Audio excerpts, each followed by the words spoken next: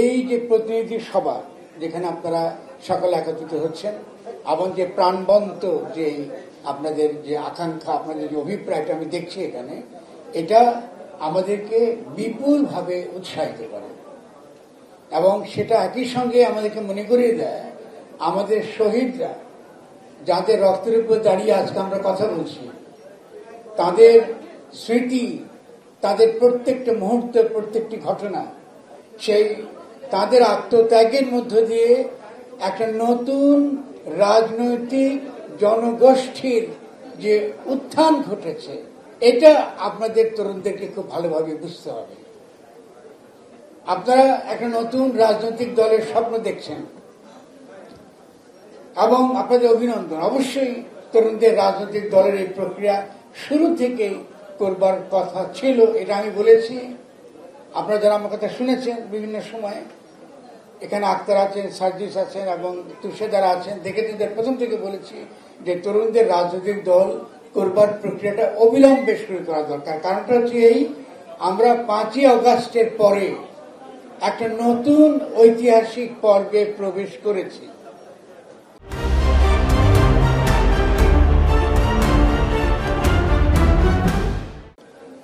নতুন ঐতিহাসিক মুহূর্ত, নতুন একটা ঐতিহাসিক পর্ব। এটা শুধুমাত্র বাংলাদেশের জন্য নয়। যদি আপনারা ভাবেন এই ঐতিহাসিক পর্বটা শুধুমাত্র বাংলাদেশের জন্য, তাহলে আপনারা ভুল করবেন এবং আগামী দিন আপনারা ব্যর্থ হবেন। কারণ বাংলাদেশে 5ই অগস্টের ঘটনার যেই তার যে আন্দোলন, তার যে ভূকম্পন, এটা দক্ষিণ এশিয়াকে কাঁপিয়ে দিয়েছে। তার যে ভূকম্পন, এটা ল্যাটিন আমেরিকা এবং আফ্রিকাতেও কাঁপিয়ে দিয়েছে। আপনি বলতে কি করে আপনি জানেন?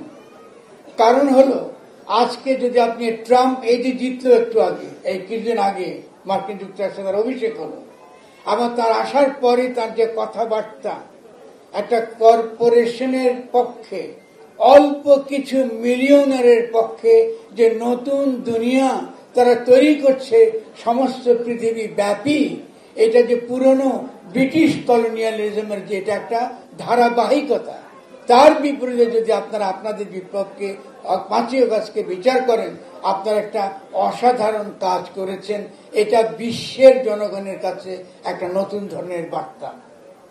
ফলে নতুন যে দল আপনারা করছেন, সে দল করবার আগে আপনাদের এই বাস্তবতাটুকু, আপনারা কারা, আপনারা কোথা থেকে এসেছেন, কি প্রেরণা আপনাদেরকে উদ্বুদ্ধ করেছে, এবং যে কারণে শেখ হাসিনাকে একটা ফ্যাসিস্ট শাসককে আপনারা দিল্লিতে পলায়ন করতে বাধ্য করেছেন, এই তাৎপর্য আপনাদেরকে বুঝতে হবে নিজেদের আগে। আমি সেই পরিপ্রেক্ষিতে আমি কিছু কথা বলবো। স্বভাবতই আমার অনেক কথা বলার আছে, আমি বলবো আপনাদেরকে ভবিষ্যতে। আমি লেখালেখি করছি, কিন্তু আমি 100% আপনাদের পেছনে আপনার পর থেকে জানেন এটা। এবং আজকে যখন আলোচনা করছিলেন যে আপনারা ফ্যাসিবাদের বিলোপ কথাটা যখন আলোচনা করছিলেন, আমার মনে আছে যে 3 তারিখ আগের রাত্রে, তার আগের 2-3 দিন রাত্রে থেকে একটা বড় ধরনের একটা উদ্যোগ ছিল এই কথাটা আপনাদের দিকে বলানো, যে আপনারা শুধু একজন ব্যক্তির পদত্যাগ চান, আপনাকে শেখ হাসিনার পদত্যাগ চান। আমি জানি যে আজকে যে নাহিদ এখানে উপস্থিত থাকতেন, তিনি স্বীকার করতেন যে তার আগের দিন রাত্রে আমাকে বলতে হয়েছে যে ফ্যাসিবাদ শুধুমাত্র এটা মতাদর্শ নয়, এটা একই সঙ্গে একটা রাষ্ট্র ব্যবস্থা এবং একই সঙ্গে এটা একটা ফ্যাসিস্ট শক্তি। এই তিনটাকে আলাদা করে আপনাদেরকে লড়াই, আগামী দিনের রণনীতি এবং রণকৌশল আপনাদেরকে প্রণয়ন করতে হবে। সেক্ষেত্রে আমার ধারণা আপনারা এই বিষয়গুলো নিয়ে যথেষ্ট পরিমাণ ভাবেন না এখনো, যেটা আপনাদের জন্য আগামী দিনে বিপদের কারণ হতে পারে। কেন আলাদা? ফ্যাসিবাদ হচ্ছে একটা ইডিওলজি, যেখানে আমরা মনে করি যে যে নিজে ফ্যাসিস্ট, সে মনে করে তার তত্ত্ব দ্বারা, তার তত্ত্বটা একমাত্র সত্য তত্ত্ব, আর বাকিদেরটা এটা মিথ্যা। আপনি যদি সেকুলার হন তাহলে ইসলামিস্টটা মিথ্যা, আর আপনি যদি ইসলামিস্ট হন তাহলে সেকুলাররা মিথ্যা। আপনি যদি আদিবাসী হন তাহলে বাঙালিরা মিথ্যা, আর আপনি যদি বাঙালি জাতিবাদী হন তাহলে এই বিভিন্ন রকম ক্ষুদ্র জাতিসত্তা মিথ্যা। এটা কিন্তু ফ্যাসিবাদের নানান প্রকরণ, নানান রূপ আছে। আজকে বাঙালি জাতিবাদী ফ্যাসিস্ট বাংলাদেশ থেকে উৎখাত হয়েছে বা তার উৎখাত হবার প্রক্রিয়া শুরু হয়েছে। কিন্তু আপনাদেরকে মনে রাখতে হবে, পাশাপাশি কিন্তু ধর্মীয় জাতিবাদ, যাকে আমরা হিন্দুত্ববাদ বলি, এবং একই সঙ্গে ধর্মীয় জাতিবাদ, এটা ইসলামপন্থী ধর্মীয় জাতিবাদ হতে পারে, এটাও কিন্তু ফ্যাসিবাদের একটা রূপ। আপনাদেরকে এগুলোকে কিন্তু মোকাবেলা করতে হবে আগামী দিনে। তবে প্রথম থেকে আমাদের পরিষ্কার থাকতে হবে, আপনারা যে রাজনৈতিক দল করতে যাচ্ছেন, সে রাজনৈতিক দলের লক্ষ্য হচ্ছে সকল ধরনের ফ্যাসিবাদের বিপরীতে দাঁড়ানো। এবং এটা যদি আমরা পরিষ্কার করে না করি, তাহলে আমরা আগামী দিনে সত্যিকার অর্থে যে দলটা আপনারা করতে যাচ্ছেন, সেখানে আমরা কিন্তু ভুল করে বলবো। আমি দ্বিতীয়ত আরো যে কথা বলবো, যেহেতু আমি আপনার সঙ্গে কথা বলতে এসেছি এবং আপনার সঙ্গে পূর্ণ সংগতির জন্য কথা বলছি, আগামী দিনে যখন আপনারা দল করবেন, রাজনৈতিক দল, এটা করবার আগে আপনাদেরকে বুঝতে হবে যে গণ অভ্যুত্থানটা যখন করেছেন, ঘটেছে, এর তাৎপর্যটা কি, রাজনৈতিক তাৎপর্যটা কি। দল দিয়ে রাজনীতি করা যায়, কিন্তু এর বাইরেও জনগণ কিন্তু ইতিহাস তৈরি করে। ফলে 5ই আগস্টে যে ইতিহাস যারা তৈরি করেছে, তারা আপনাদের নেতৃত্বে করেছে বটে, কিন্তু এটা একটা গণ অভ্যুত্থান ছিল। এবং এই গণ অভ্যুত্থানের যে প্রথম যে তাৎপর্য, সেটা হচ্ছে গণ অভ্যুত্থানের মধ্য দিয়ে গণতন্ত্র কায়েম হয়, এবং গণ অভ্যুত্থানের মধ্য দিয়ে আমরা যাকে বলি গণ সার্বভৌমত্ব, পপুলার সভারেন্টি বলা হয়, গণ সার্বভৌমত্ব কায়েম হয়। গণ সার্বভৌমত্ব মানে হচ্ছে জনগণই ক্ষমতার অধিকারী, সকল প্রকার কর্তৃত্ব এবং ক্ষমতা জনগণের তরফ থেকে আসে। এবং যেহেতু এটা জনগণের তরফ থেকে আসে, 5ই আগস্টে জনগণের হাতে ক্ষমতা এসে গিয়েছিল, কিন্তু দুর্ভাগ্যবশত সেই ক্ষমতা আমরা রাখতে পারি নাই। এটা আপনাদেরকে বিচার করতে হবে, পর্যালোচনা করতে হবে যে কোথায় আপনারা ভুল করেছেন। কারণ এই গণ অভ্যুত্থানকে, যেখানে গণই সার্বভৌম, এই গণের সার্বভৌমত্বকে আপনারা বুঝতে পারেন নাই। আপনারা তাকে তাৎপর্য যথেষ্ট পরিমাণ বোঝেন না বলে তাকে শেখ হাসিনার ফ্যাসিস্ট সংবিধানের অধীনে আপনারা তাকে আবার পুনরায় ফেরত পাঠিয়ে দিয়েছেন। কিন্তু আজকে আপনারা যারা তরুণরা এখানে বসেছিলেন, আপনাদেরই উচিত ছিল, আপনাদেরই থাকার কথা ছিল রাষ্ট্র ক্ষমতা। তরুণ বিপ্লবীরা নতুন বাংলাদেশ গড়ছে এবং তাদের নেতৃত্বে পুরো উপমহাদেশ বদলে যাচ্ছে, পুরো দুনিয়া বদলে যাচ্ছে। সারা দুনিয়ার যে ব্যবস্থা, যেটাকে আমরা নিউ লিবারাল ইকোনমিক পলিসি বলি, পুঁজিতান্ত্রিক ব্যবস্থা বলি, বিভিন্ন রকম বহুজাতিক কোম্পানির যে স্বার্থ, তার বিরুদ্ধে আজকে আপনারা সারা বিশ্বের নজির হয়ে থাকতেন। কিন্তু এই মুহূর্তেটুকু আমরা ভুল করেছি, এটা আমাদেরকে স্বীকার করতে হবে। এবং যেহেতু আমরা করেছি, করার পরে আমরা এখন বলছি আমাদের একটা ঘোষণা দরকার। আপনারা এখন বলছেন সেই ঘোষণা দেওয়ার কথা ছিল 5ই আগস্টে, দেরিতে কেন করছেন? দেরিতে হলে কি ঘোষণা দেওয়া যায় না? অবশ্যই দেওয়া যায়। আমি 100% আপনাদের পক্ষে। যে কোনো মুহূর্তে জনগণ যদি চায়, অবশ্যই জনগণ ঘোষণা দিতে পারে। এবং এই রাষ্ট্রের বা ডক্টর ইউনূসের কোনো অধিকার নাই ঘোষণাকে বন্ধ করার, এবং আপনাদের কোনো অধিকার নাই এই ঘোষণা না করার। কিন্তু এটা আপনারা করেছেন। আপনাদের ভুলগুলা আপনারা পরিষ্কার করে বোঝার চেষ্টা করুন। প্রোক্লেমেশন এটা একটা ঐতিহাসিক দলিল, এটা একই সঙ্গে একটা আইনি দলিল। ঘোষণার মধ্য দিয়ে একটা রাজনৈতিক জনগোষ্ঠী তার হাজিরা, তার উপস্থিতি সে সারা বিশ্বকে জানায়। যে কারণে আমরা 10 এপ্রিল 1971 সালে প্রোক্লেমেশন অফ ইন্ডিপেন্ডেন্স করেছিলাম, এটাকে বলে প্রোক্লেমেশন। কিন্তু আপনারা সেই ঘোষণা 5ই আগস্টে দেননি। সেই ঘোষণা দেওয়ার কথা ছিল জনগণের সামনে। আপনাদের বলা উচিত ছিল আমরা এই বিপ্লব আমরা নেতৃত্ব দিয়েছি এবং এই বিপ্লবের মধ্যে দিয়ে শেখ হাসিনা সরকারকে উৎখাত করেছি এবং শেখ হাসিনাকে দিল্লিতে পালাতে বাধ্য করেছি। আজকে থেকে আমরা ক্ষমতা গ্রহণ করলাম জনগণের নামে। কিন্তু আপনারা হাততালি দেবেন না, আপনারা সেটা করেননি। না করে বাংলাদেশকে আরো বহু বছর পিছিয়ে দিয়েছেন। আগামী দিনে এই ভুল করবেন না প্লিজ। আপনারা ক্ষমতা যখন লড়াই করবেন, রাজনৈতিক দল যখন করবেন, তখন জনগণের পক্ষে ক্ষমতা তৈরির রাজনীতি করতে আপনারা নামছেন। আবারও একই ভুল যদি আপনারা না করেন, তার জন্য কি ভুল আপনারা 5ই আগস্টে করেছেন, এটা আপনাদের মনে রাখতে হবে। এখন আপনারা কি বলছেন, উপদেষ্টা কারা আছে তাদেরকে সমালোচনা করছেন, সরকারকে সমালোচনা করছেন। ডক্টর ইউনূস অবশ্যই ব্যর্থ হবেন এবং এই সরকার অবশ্যই এই গণঅভ্যুত্থান থেকে জাত বটে, কিন্তু এই সরকার ব্যর্থ হতে বাধ্য অনিবার্যভাবেই, যেহেতু গণঅভ্যুত্থানের স্পিরিট এই সরকার নাই। এই সরকার গণঅভ্যুত্থানের স্পিরিটের উপর দাঁড়ানো নাই। তাহলে গণঅভ্যুত্থান কোথায় গেল? গণঅভ্যুত্থান এখানে হাজির আছে। আপনি কি বুঝতে পারেন?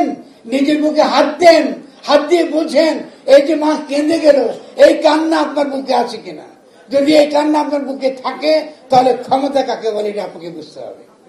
গণ ক্ষমতা কাকে বলে এটা আপনাকে বুঝতে হবে। জনগণই ক্ষমতার সমস্ত কিছুর অধিকারী। ফলে জনগণের পক্ষে আপনি যখন কথা বলেন, আপনি তখন আর দল নন, আপনি তখন জনগণ। জনগণ এবং দল এক কথা নয়। আপনারা এখন দল করতে নেমেছেন, কিন্তু আমি এখন সন্দেহ করব আপনারা কি আরেকটা বিএনপি বানাবেন, নাকি সত্যিকারের বিপ্লবী, সত্যিকারের যে গণঅভ্যুত্থানটা আমরা পূর্ণ করতে পারিনি, সেই গণঅভ্যুত্থানকে পূর্ণ করবার সাংগঠনিক শক্তি, পূর্ণ ক্ষমতা নিয়ে আপনারা তরুণরা আবার বাংলাদেশের ইতিহাসে, উপমহাদেশের ইতিহাসে, বিশ্বের ইতিহাসে হাজির হবেন। আপনি কি তাই করবেন? যদি তাই করে থাকেন আপনাদের প্রতি অভিনন্দন। যদি আরেকটি দল করেন, লিবারেল দল যাদেরকে আমরা বলি, নির্বাচনবাদী দল, নির্বাচন সদস্য দল, এই যে দল যেটা করবেন, এই যে পুঁজিবাদী ব্যবস্থায় নির্বাচন মানে লুটেরা এবং মাফিয়াদের নির্বাচন। এই কোটি কোটি টাকা দিয়ে, 2 কোটি টাকা, 3 কোটি টাকা দিয়ে আপনারা যদি আবার শুধু নির্বাচনের মাধ্যমে সরকার বদলাতে চান, নতুন রাষ্ট্র গঠন করতে চান, এটা দুঃস্বপ্ন, এটা সম্ভব নয়। ইতিমধ্যে এই রাষ্ট্র নিজেকে সংহতি করছে, যে যারা গণঅভ্যুত্থানের সঙ্গে যুক্ত নয় তারা এই রাষ্ট্রের সঙ্গে যুক্ত হয়েছে। তারা যে পরাজয়টা বরণ করেছিল 5ই আগস্টে, তারা নতুন করে নিজেদেরকে সংগঠিত করছে। আপনারা সেটা খেয়াল করছেন না। কি করে সংগঠিত করছে? শেখ হাসিনা হঠাৎ করে বক্তৃতা দেয়নি। যদি আপনারা ভেবে থাকেন তিনি হঠাৎ করে বক্তৃতা দিয়েছে, তিনি বক্তৃতা হঠাৎ করে দেননি। দিল্লি প্রথম দিন থেকে বাংলাদেশে অস্থিতিশীলতা তৈরি করার চেষ্টা করেছে। প্রথম দিন থেকে একটার পর একটা, যেটা আপনারা দেখেছেন, সে বন্যা থেকে শুরু করা, খাদ্য জিনিসপত্রের দাম বাড়া থেকে শুরু করা, এই কাজটা তারা করেছে। কিন্তু এখন তার যে পদক্ষেপ, এটা ট্রাম্প আসার পরে এবং নরেন্দ্র মোদীর সঙ্গে তার যে 12 তারিখে তার যে সাক্ষাৎ হবে, তারই আগে এটা ছিল লিটমাস টেস্ট। এটা পরীক্ষা আপনাদের জন্য, আপনারা কি করেন, আপনারা কি করে রিয়াক্ট করেন। ফলে এই রিয়াকশনের বিপরীতে আপনারা যারা একটু নিন্দা করেছেন, বলছে আমরা ভাঙ্গার রাজনীতি চাই না, আমি আপনাদের সঙ্গে একমত, কিন্তু আমার একটা কথা আছে, ভাঙ্গার রাজনীতি একই সঙ্গে গোলবারও রাজনীতি। আপনাকে যে কোনো ফ্যাসিস্ট আইকন যেটা আছে এটার বিরুদ্ধে আপনাদেরকে দাঁড়াতে হবে। কিন্তু খেয়াল করতে হবে, ভূরাজনৈতিক যে বিন্যাস পৃথিবী ব্যাপী, এরা প্রচার করবে যে আপনার কোন সরকার বাংলাদেশে নাই, যেহেতু আপনি একটার পর একটা বাড়িঘর পোড়াচ্ছেন, ভাঙিয়ে দিচ্ছেন, কারণ আপনার কোন রাজনৈতিক লক্ষ্য নাই। আপনি কি করতে চাইছেন? আপনি একদিকে 5ই আগস্টে নিজে ক্ষমতা নেননি, আপনি ক্ষমতা তুলে দিয়েছেন, আবার সে ফ্যাসিস্ট সংবিধানে দ্বারা নিয়োজিত চুপ্পুর হাতে। আপনারা বলতেছেন চুপ্পুর পদত্যাগ চান, কিন্তু পুত্রের পদত্যাগটা আপনারা আদায় করতে পারেননি। কিন্তু চুপ্পুকে পদত্যাগ করতে হবে। 72 সালের সংবিধান বাতিল করতে হবে। কেন বাতিল করতে হবে? কারণ 72 সালের সংবিধান মুক্তিযুদ্ধের বিরোধী। কেন বিরোধী? কারণ 72 সালে আমরা ঘোষণা দিয়েছি কি ঘোষণা দিয়েছিলাম? আমরা সাম্য, মানবিক মর্যাদা, সামাজিক ন্যায় বিচারের ভিত্তিতে একটি গণতান্ত্রিক রাষ্ট্র কায়েম করব। 10 এপ্রিলে এটাই ছিল জনগণের ঘোষণা। এই ঘোষণার ভিত্তিতে আমরা মুক্তিযুদ্ধ করেছি। আমি সেই মুক্তিযুদ্ধ হওয়ার পরে সেই মুক্তিযুদ্ধ ছিনতাই করে নিয়ে গেছে দিল্লি। তার জবাব এত বছর পরে আমরা 5ই আগস্টে দিতে পেরেছি। কিন্তু আমরা সংবিধান বাতিল করতে পারি নাই, আমরা নতুন গঠনতান্ত্রিক প্রক্রিয়া শুরু করতে পারি নাই। আমরা এখনো পর্যন্ত কমিশন দিয়ে আমরা কাজ চালাবার চেষ্টা করছি। এই ধরনের ইলিউশনে যদি আপনারা আক্রান্ত থাকেন, আপনারা জীবনে কিছু করতে পারবেন না। উপর থেকে এলিটদের, অভিজাত শ্রেণীদের ধরে ধরে এনে আপনারা যদি কমিশন বানান, যারা এর আগে আওয়ামী লীগের আমলে সুবিধাভোগী, যারা আন্তর্জাতিক ক্ষেত্রে সুবিধাভোগী, এদের দিয়ে আপনারা কি করবেন? সংস্কার নাকি নতুন ভাবে বাংলাদেশ গঠন? কি করবেন? গঠন করতে হবে বাংলাদেশকে। শব্দটা গঠনতন্ত্র, সংস্কার না। আপনাদের ভাষা এখনো ঠিক হয় নাই। এখন আপনার সংবিধান বলেন। সংবিধানটা বলে কলোনিয়ালরা। আমি কলোনিয়াল শাসক। আমি যদি আপনাকে শাসন করতে চাই তাহলে আমি সংবিধান লিখি। আর আমি যদি জনগণ, আমি নিজের শাসক হতে চাই, তখন আমি গঠনতন্ত্র প্রণয়ন করি। আপনাদের ভাষা এখনো ঠিক হয়নি। শব্দটা গঠনতন্ত্র। বাংলাদেশের জন্য নতুন গঠনতন্ত্র দরকার। কারা করবে? এটা করবে জনগণ। এটা কোনো উপর থেকে বসে কোনো এক্সপার্ট করবে না। যারা ওয়ার অন টেররের সহযোগী ছিল মার্কিন যুক্তরাষ্ট্রে, তারা এগুলো করে দিবে না। বিদেশ থেকে ধরে ধরে আইনে আপনি ঢুকাবেন আপনার উপদেষ্টা সরকারে, আর মা সেখানে কেঁদে যাবে। এটা দ্বারা আপনি নতুন বাংলাদেশ বানাতে পারবেন। ফলে যতক্ষণ পর্যন্ত না আপনারা নিজেরা সচেতন না হচ্ছেন, নিজেরা নিজেদের ভাষা ঠিক না করছেন, ততক্ষণ পর্যন্ত যে নতুন দলের কথা বলছেন তার প্রতি আমাদের সমর্থন থাকবে, কিন্তু একটা বিরাট প্রশ্নবোধক থাকবে আপনারা কতটুকু অগ্রসর হতে পারবেন। আমার দিক থেকে প্রথমত বিনীতভাবে বলবো, আমি আপনাদের এই রাজনৈতিক প্রক্রিয়ার 100% নিঃশর্ত সমর্থন করি, কিন্তু দয়া করে আপনারা একটু পড়াশোনা করবেন, একটু বোঝার চেষ্টা করবেন, নিজেদের মধ্যে আলোচনা করবেন যে কোনটা সঠিক শব্দ আর কোনটা জনগণের দিক থেকে তাকালে এটা সঠিক শব্দ নয়। যেমন বন্দোবস্ত, রাজনৈতিক বন্দোবস্ত এটা কন্ট্রাক্টারিয়ান রাজনৈতিক পরিভাষা। এটা হলো কন্ট্রাক্টারিয়ান। বাংলাদেশের লুটেরা মাফিয়া শ্রেণী আছে, বাংলাদেশের ফ্যাসিস্টরা আছে এখনো। তাদের সঙ্গে কি আপনারা পলিটিক্যাল সেটেলমেন্ট চান নাকি তাদের বিরোধিতা করতে চান? কি চান? তার বিরোধিতা করে বন্দোবস্ত কিসের আছে? ওদের সঙ্গে বন্দোবস্ত করবেন যে কি করে বাংলাদেশ চালাতে হবে, আওয়ামী লীগ কি করে আবার ক্ষমতা আসবে, বিএনপি কি করে আবার লুটপাট করবে, এইটা করতে চান? তো না করতে চাইলে সব শব্দ থেকে মুক্ত হওয়ার চেষ্টা করেন। শব্দটা গঠনতন্ত্র। বাংলাদেশকে নতুন করে গঠন করতে হবে, বন্দোবস্ত চাই না। সেই গঠনে জনগণ করবে, জনগণই শক্তি। সমস্ত ফ্যাসিস্ট শক্তি, সকল প্রকার সেকুলার কিংবা ধর্মীয় সকল প্রকার ফ্যাসিস্ট শক্তি এই দেশ থেকে তাদেরকে উৎখাত করতে হবে। আপনি খেয়াল করেছেন যখনই 5ই আগস্টের পরে মাজার ভাঙা শুরু হয়েছে, খেয়াল করছেন না? এরা কারা? হঠাৎ থেকে উদয় হইল। এরা কারা? এরা সেই শক্তি যাদেরকে মোসাদ টাকা দেয়, যাদেরকে র টাকা দেয় এখানে অস্থিতিশীল করার জন্য। মাজারের ব্যাপারে আমাদের আপত্তি থাকতে পারে। বহু হোটেলে গাঁজা খাওয়া হয়, ইয়াবা খাওয়া হয়, বহু কিছু হয়, বহু বড় বড় ক্লাবে। ওদেরকে কিছু করতে পারেন না, ধরে ধরে গরিবদের মাজার ভাঙবেন, এটা বোঝার মতো বুদ্ধি আমাদের থাকা উচিত, আপনাদের থাকা উচিত। কিন্তু আপনাদের তরফ থেকে আমরা বড় কোনো প্রতিবাদ দেখি নাই।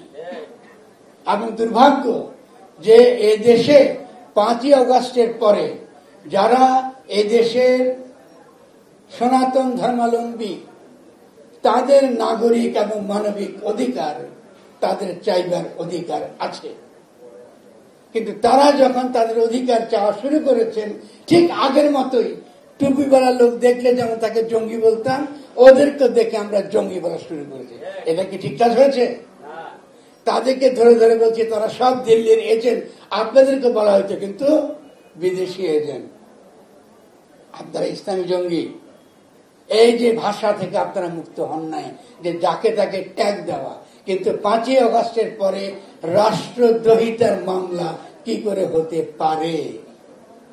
এই রাষ্ট্রদ্রোহিতার মামলা তো আপনারা ফেস করবেন। রাষ্ট্রদ্রোহিতার মামলা দেয় কলোনিয়াল আইন, ঔপনিবেশিক আইন। একটা স্বাধীন দেশে যে কোনো নাগরিকের তার কথা বলার, তার সমাবেশের অধিকার আছে, এবং তার সঙ্গে কথা বলে তার যেটা ন্যায্য অধিকার, এটা নিয়ে যে আলাপ আলোচনা, তর্ক বিতর্ক, তার মধ্যে দিয়ে মীমাংসা, এটাকেই বলা হয় গঠনতান্ত্রিক প্রক্রিয়া, এটাকে বলা হয় কনস্টিটিউশনাল প্রসেস।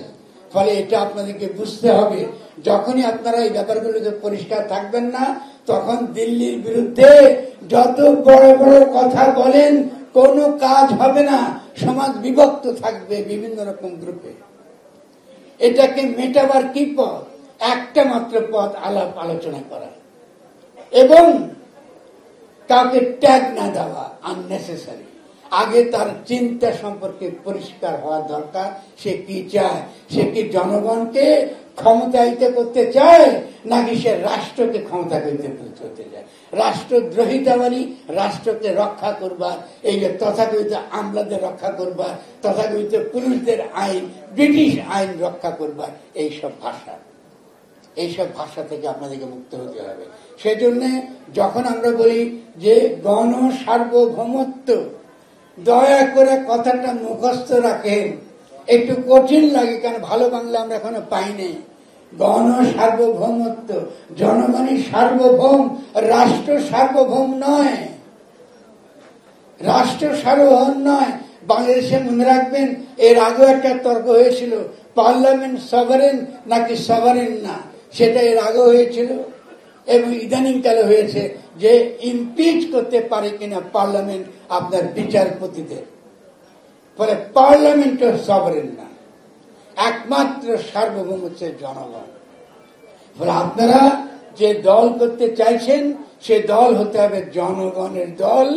জনগণের সার্বভৌমত্ব কায়েম করা আপনাদের লক্ষ্য। আপনাদের একটা লাইন লাগবে, আর কিছু লাগবে না, এই যথেষ্ট। বাকিটা জনগণ বলে দেবে কি করে তাদের বিল হাওর রক্ষা করতে হয়, কি করে তাদের জমি রক্ষা করতে হয়, কি করে তাদের জীবিকা রক্ষা করতে হয়, এবং কি করে শেখ হাসিনার মধ্যে ফ্যাসিস্টদের লাথি মেরে বাংলাদেশ থেকে বের করে দিতে হবে। কিন্তু যদি আপনারা গণ সার্বভৌমত্বের মানে না বুঝেন, এবং তার সঙ্গে রাষ্ট্রের সার্বভৌমত্বের পার্থক্য না বুঝেন, এবং তার সঙ্গে তথাকথিত পার্লামেন্টের সভরেন্টি অর্থ এই পার্থক্য না বুঝেন, আপনারা আবারও পরাজিত হবেন। আবারও আপনাদের হাতে ক্ষমতা আসবে, কিন্তু আপনারা অতি আনন্দে আবার শেখ হাসিনার ফ্যাসিস্ট সংবিধানের চুপ্পুর হাতে অত্যন্ত আনন্দের সঙ্গে ক্ষমতা তুলে দেবেন। এটা চলতে পারে না। ফলে রাজনীতি তামাশা করার বিষয় না, মানুষের জীবন নিয়ে খেলা করার বিষয় না। হাজার হাজার তরুণ জীবন দিয়েছে, অনেকে পঙ্গু, এখনো কিন্তু কাতরাচ্ছে। তাদের সঙ্গে দয়া করে বিশ্বাসঘাতকতা করবেন না। যদি করতে না চান, তাহলে পরিষ্কার হবেন আপনাদের রাজনীতিটা আপনারা কি করবেন। ফলে সেই ক্ষেত্রে আপনাদের রাজনীতি এক লাইনে হবে। যে গণ অভ্যুত্থান আমরা সফল করতে পারিনি, যাকে আমি বলি সাংবিধানিক প্রতিবিপ্লব, সেই গণ অভ্যুত্থানকে পূর্ণ করবার জন্য পরিপূর্ণ গণ অভ্যুত্থান ঘটানো এবং পরিপূর্ণ গণ অভ্যুত্থানের মধ্য দিয়ে গণ সার্বভৌমত্ব কায়েম এবং বাংলাদেশের জনগণের জন্য নতুন গঠনতন্ত্র প্রণয়ন করবার রাজনীতি, এটাই আমরা আগামী দিনে করব। এই রাজনীতির ভিত্তিতে জনগণের মধ্যে ঐক্য তৈরি হবে। আপনাদেরকে অবশ্যই ইতিমধ্যে যেটা করতে হবে সেটা হলো যে গণ অভ্যুত্থান সুরক্ষার জন্য আপনাদের অবিলম্বে প্রতিষ্ঠান গড়ে তুলতে হবে। সে যে নামে আপনি দেন না কেন, কোন না কোনো প্রতিষ্ঠান তুলতে হবে। কারণ গণ অভ্যুত্থানের স্মৃতি অতি দ্রুত মুছে ফেলা হবে। আপনাদের জনগণের স্মৃতি থেকে এটা চলে যায়। ফলে আপনাদের সামনে অনেক অনেক বেশি দায় এসেছে, আপনাদের কাঁধে অনেক বড় দায়। এবং আমি যাদের দিকে তাকিয়ে আছি, যে তরুণদের দিকে আমি তাকিয়ে আছি, আমি আপনাদের চেয়ে বয়সে অনেক বড়। আগামী দিনে আমি বেঁচে থাকবো কিনা আমি বলতে পারবো না, কিন্তু আজকে এই গণ অভ্যুত্থানের মধ্য দিয়ে 5ই আগস্টে আমি নতুন বাংলাদেশ দেখেছি। আমার এই বাংলাদেশ যেটা দেখেছি, আমি নিশ্চিত আপনারা জয়ী হবেন। এই বাংলাদেশকে ঠেকিয়ে রাখবে এমন কোন ক্ষমতা পৃথিবীতে কারো নাই। কিন্তু এই বিশ্বাসটুকু, যে বিশ্বাসটুকু আমি করছি, সেই বিশ্বাসটুকু আপনাকে করতে হবে। কিন্তু যদি আপনি সেই বিশ্বাসটুকু করেন, তাহলে ভাষা ব্যবহারের ক্ষেত্রে, রণধ্বনি তুলবার ক্ষেত্রে, প্রত্যেকটা স্লোগান তুলবার ক্ষেত্রে আপনাদেরকে সতর্ক হতে হবে। এটা সত্যি যে যেসব ভাঙচুর হচ্ছে আমরা তার নিন্দা করতে পারি। কি কারণে? যেহেতু বাংলাদেশকে অস্থিতিশীল করবার একটা আন্তর্জাতিক চক্রান্ত আছে। কিন্তু মোটেও দয়া করে ওই ফাঁদে পা দেবেন না যারা ভাঙচুরের কথা বলে মূলত গণ অভ্যুত্থানকে অস্বীকার করতে চায়। জনগণের যে চেতনা, যেটাকে পরাজিত হয়েছে 5ই আগস্টের পরে, যে কোনো কারণ হোক না কেন, এই যে আগুন, এটাকে ছাই দিয়ে আপনি নেভাতে পারবেন না। এই আগুন জ্বলবে, কেউ চেষ্টা করবেন না। কিন্তু যদি আমরা ভূরাজনৈতিক বাস্তবতা মনে রাখি, দিল্লির কৌশল মনে রাখি, ডোনাল্ড ট্রাম্প আসার পরে সমস্ত পৃথিবীব্যাপী যে নতুন বিন্যাস শুরু হয়েছে, সেই প্রজ্ঞা আমরা মাথার মধ্যে রাখি এবং সেটার পরিপ্রেক্ষিতে আমরা সঠিক কৌশল গ্রহণ করি, তাহলে আমরা জিতব অবশ্যই। কিন্তু জনগণের যে কোনো ক্ষোভকে সম্মান দিতে হবে। জনগণের যে কোনো যে রাগ, তার যে ক্ষোভ, এটাকে সম্মান দিতে হবে, এটাকে বুঝতে হবে। কারণ এটাকে কেন্দ্র করে গণ অভ্যুত্থানকে নস্যাৎ করবার চক্রান্ত, নস্যাৎ করবার তত্ত্ব তৈরি হবে। ঠিক যে কথা বলে আপনাদের হাত থেকে ক্ষমতা নিয়ে যাওয়া হয়েছে, কি বলেছিল ভুলে গেছেন? ভুলে গেছেন আপনি? বলা হয়েছিল সংবিধান ছাড়া নাকি কোনো দেশ থাকতে পারে না, বলা হয়েছে না? অতএব সংবিধানের অধীনে শপথ দিতে হবে বলা হয়েছে। আপনারা সকালে ভুলে গেছেন। এখন আবারও কিন্তু এটা মব সংস্কৃতি, এটা করা যাবে না, ভাঙচুর করবেন না, এই কথাগুলো বলবার আগে আমাদেরকে ক্রিটিক্যালি বলতে হবে আমরা কি বোঝাতে চাইছি, এটা বলতে হবে। সেটা হলো এই যে বাংলাদেশ আজকে এই আঞ্চলিক ভূরাজনৈতিক পরিস্থিতি, আন্তর্জাতিক ভূরাজনৈতিক পরিস্থিতির মধ্যে আমরা যা কিছু করি না কেন, এটা সতর্কভাবে করতে হবে।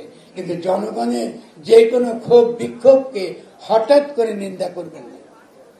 এটা আপনার শত্রুদেরকে শক্তিশালী করে, আপনার শক্তিকে শক্তিশালী করে। আভ্যন্তরীণ তর্ক আভ্যন্তরীণ ভাবে করুন, নিজেদের তর্ক নিজেদের মধ্যে রাখুন, পাবলিক নিয়ে নেবেন না সব তর্ক। সব কাজ আমরা গণ অভ্যুত্থানের সময় ঠিক করি নাই। পৃথিবীতে কখনো কোন গণ অভ্যুত্থান বলি কি স্বাধীনতা যুদ্ধ বলি সঠিকভাবে আইন মেনে, নীতি নৈতিকতা মেনে চলে, এটা চলে না। ফলে যেসব তর্ক নিজেদের আভ্যন্তরীণ তর্ক নিজেদের অভ্যন্তরে রাখেন, আর যে তর্কটা আপনার শত্রুর বিরুদ্ধে, এটা তার হাতে অস্ত্র তুলে দেবেন না। ফলে আপনাদের এখনো আমরা মনে করি আমাদের অনেক কথা বলার আছে, আমি সময় এসে নেব না, আমি একটু অসুস্থ বটে, কিন্তু আমার পূর্ণ আপনাদের প্রতি আস্থা রয়েছে। যদি আমার এসব ক্ষুদ্র কথাগুলো, আমার সাবধান বাণীগুলো আপনাদের কাজে লাগে, যদি কাজে লাগে, তাহলে আশা করব যে আমরা বিভিন্ন সময় আমরা এই কথাগুলো বলবো। কিন্তু আমরা মনে করি সবার আগে আমাদেরকে কিছু কিছু ধারণা পরিষ্কারভাবে আমাদেরকে বোঝা দরকার। আমাদেরকে প্রথম কাজ হচ্ছে গণসার্বভৌমত্ব কায়েম। আর গণসার্বভৌমত্ব কায়েম করতে হলে 1 নাম্বার 72 সালের সংবিধান বাতিল করতে হবে, চুক্তিকে অপসারণ করতে হবে। 3 নাম্বার একটা নতুন গঠনতান্ত্রিক প্রক্রিয়া শুরু করতে হবে। কিন্তু আপনারা জানেন সোজা আঙুলে ঘি ওঠে না। ফলে সোজা আঙুলে যদি ঘি না ওঠে, তাহলে তৈরি হয়ে যান পরবর্তী আন্দোলনের জন্য। কিন্তু সেটা যেন আগের চেয়ে অনেক সুশৃঙ্খল, আগের চেয়ে অনেক সুচিন্তিত, আগের যে লক্ষ্য সম্পর্কে পরিষ্কার থেকে আমরা এই আন্দোলন, এই সংগ্রামটা করতে পারি, যেন শহীদের রক্তের সঙ্গে আমরা বিশ্বাসঘাতকতা না করি।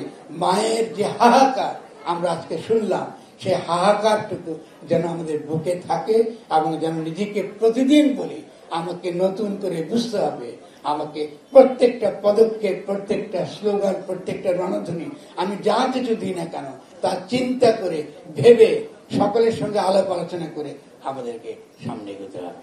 আমি আপনাদের সাফল্য কামনা করি। আমার কাছ থেকে আপনারা সবসময় নিঃশর্ত সমর্থন পাবেন, সমালোচনা পাবেন বটে, কিন্তু নিঃশর্ত সমর্থন পাবেন। আমি আপনাদেরই ভাই, আমি আপনাদেরই মানুষ, আমি আপনাদের যে বয়সে বড়, কিন্তু এই বয়স আমি তো কাটিয়ে এসেছি। আমি বুঝতে পারি, আমাদের ভুলগুলো বুঝতে পারি এবং ফলে আপনাদের ভুলগুলো ধরতে পারি। যদি ধরিয়ে দেই আমার উপর রাগ করবেন না, কারণ আমি চাই আপনারা আগামী এই যে দল করতে চাইছেন এটা যেন আপনারা সফল হন। তার জন্য আমার পক্ষ থেকে 100% নিঃশর্ত সমর্থন সবসময় জানিয়ে থাকবে। সকলকে অনেক